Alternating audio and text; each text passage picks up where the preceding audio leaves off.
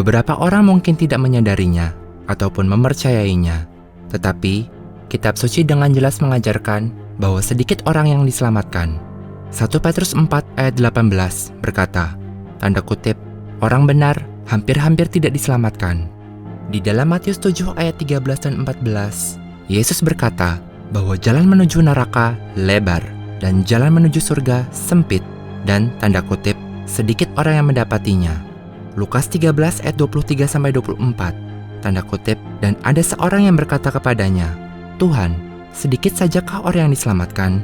Jawab Yesus kepada orang-orang di situ, berjuanglah untuk masuk melalui pintu yang sesak itu, sebab aku berkata kepadamu, banyak orang akan berusaha untuk masuk, tetapi tidak akan dapat. Ayat-ayat kitab suci tersebut menunjukkan bahwa sayangnya sedikitlah jumlah umat manusia yang tidak akan tinggal selamanya di dalam api neraka yang abadi. Paus Gregorius III, 739 Masehi, tanda kutip, ada tertulis bahwa sempitlah pintu dan sesaklah jalan yang menuntun kepada kehidupan. Kutip tutup. Pada tahun 600, Paus Santo Gregorius Agung berkata tentang sedikitnya orang yang diselamatkan. Paus Gregorius Agung 600 Masehi, tanda kutip, semakin banyak orang yang jahat, semakin kita harus menanggung mereka dengan kesabaran. Karena di tempat pengirikan, sedikit gandum yang dibawa ke dalam lumbung, tetapi tinggilah tumpukan jerami yang akan terbakar oleh api. Kutip tutup. Tentang Perang Dunia Kedua yang akan datang, kita membaca bahwa Yasinta dari Fatima berkata demikian, tanda kutip, Lucia menemukan Yasinta duduk sendiri, diam dan sangat termenung, tidak memandang apa-apa. Apakah yang kamu pikirkan, Yasinta? Yasinta menjawab, tentang perang yang akan terjadi. Banyak sekali orang yang akan meninggal, dan hampir semuanya akan masuk neraka. Kutip tutup. Di dalam Matius 7 ayat 21 dan 22, Yesus berkata bahwa mereka yang melakukan kehendak Bapanya akan diselamatkan. Yesus selalu berkata bahwa pada hari penghakiman, banyak yang berkata kepadanya bahwa mereka bernubuat, mengusir roh jahat, dan membuat mukjizat-mukjizat di dalam namanya. Tetapi Yesus akan berkata kepada mereka, Aku tidak pernah mengenal kamu. Enyahlah daripadaku, kamu sekalian pembuat kejahatan.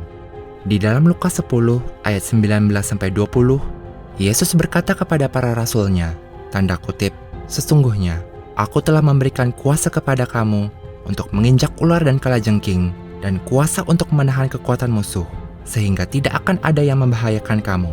Namun demikian, janganlah bersukacita karena roh-roh itu takluk kepadamu, tetapi bersukacitalah karena namamu ada terdaftar di surga.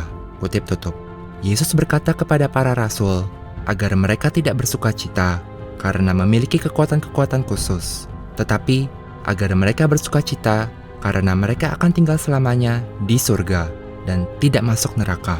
Karena segala hal hanyalah sementara, apakah artinya jika seseorang memiliki kekuatan-kekuatan khusus atau dapat membuat mukjizat-mukjizat di dalam nama Yesus, jika sewaktu ia meninggal, ia akan berada di neraka selamanya?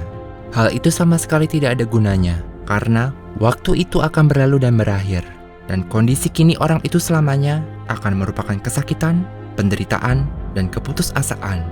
Jika seseorang berada di dalam keadaan rahmat, memiliki iman Katolik, mengevangelisasikan orang lain, dan memiliki devosi sejati kepada Santa Perawan Maria, orang itu dapat percaya bahwa ia berada di dalam jalan menuju keselamatan.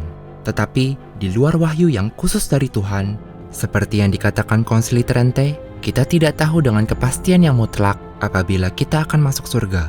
Oleh karena itu, kita harus mengerjakan keselamatan kita dengan takut dan gentar, seperti ada tertulis di dalam Filipi 2 ayat 12. Di dalam Matius 24 ayat 13, kitab suci juga berkata bahwa orang yang bertahan sampai pada kesudahannya akan selamat.